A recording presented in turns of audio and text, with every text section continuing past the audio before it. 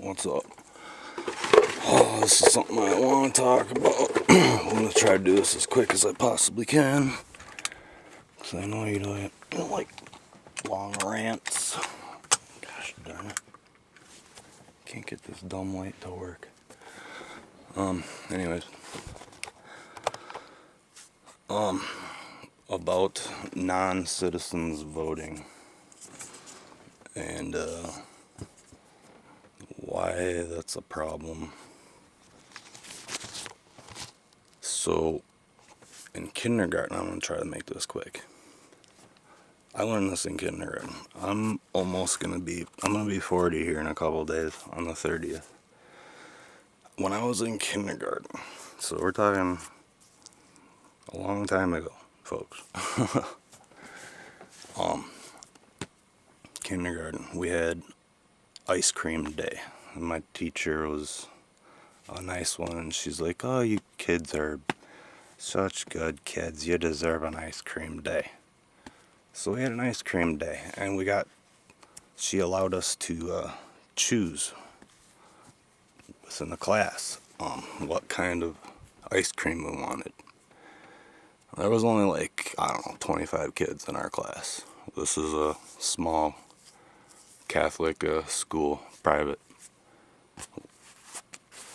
Early 1980s, mid 1980s. Anyways, so the choices were vanilla ice cream, or it was mint with chocolate chips. So the green ice cream with chocolate chips in it. Vanilla or mint. Simple, right? Either or. 25 kids in our class. What we learned during this thing in kindergarten. So the teacher even learned something from this, because what happened, there was a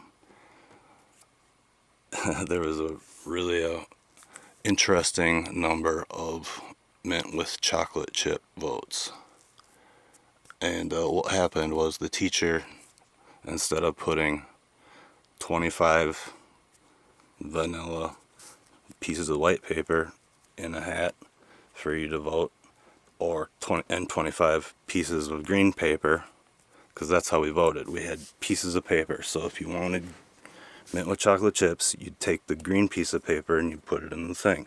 And then at the end of the thing, she'd count up all of the votes, the pieces of paper, and whoever won the most pieces of paper, that's what kind of ice cream we were going to have for ice cream day in kindergarten. So here's the analogy. What she learned is instead of just cutting up 25 pieces of each and putting them in a hat so we knew exactly how many kids were going to vote for what, she just cut up a bunch of slits of pieces of paper, like 50 of each, and put those in a hat, and trusted us kids to, on the honor system, vote one vote for what you wanted. If I voted for vanilla. Now I'm a mint and chocolate chips guy. But hey, ice cream's good all the time, right? But so what happened is there was 40 or 50 votes for mint and chocolate chip, when there's only 25 kids in the class. And even the teacher was like, "Whoa, I didn't think about that beforehand. That makes sense now." And we got kind of fucking punished for it, because she was like, we had a little sit down afterwards. She's like, "Kids, we need to have a little talk." It's like when you get caught for plagiarizing stuff in literature class, and the teacher has to sit you down and be like, "All right, everybody has the same paragraphs on this paper that you guys wrote. And I realize the internet's a thing, and it's the whole thing." So we had to have a sit down conversation, talk about it. What am I talking about? Okay, well, if you have no accountability for these votes on an election, see, I learned this in kindergarten. If you have no accountability for the votes, how do you keep track of the numbers? And it'd be really on the whoever, wouldn't it be like really neat if you wanted vanilla and 50 votes for vanilla came in and there's only 25 people in the class? Well, hey, you won by the long run, right? What if you didn't want vanilla? What if you wanted chocolate chip? What if, and you'd be like, all right, what the, something's wrong here. There's only supposed to be 25 votes. There's 50. Where's all these other extra things coming from? That's the analogy I'm trying to get here, folks, is if you can't keep track of the people, how do you get, do you understand what I'm saying here? There's no accountability and things can get really weird. There's better ways of saying all this. I'm not really good at talking much because I don't talk much. I'm very shy and quiet, and yeah. Anyways, I just had to say that because someone had to think about it. I learned this in kindergarten, and even our teacher sat down and learned this with us, and she's like, you know what? That was wrong. She's like,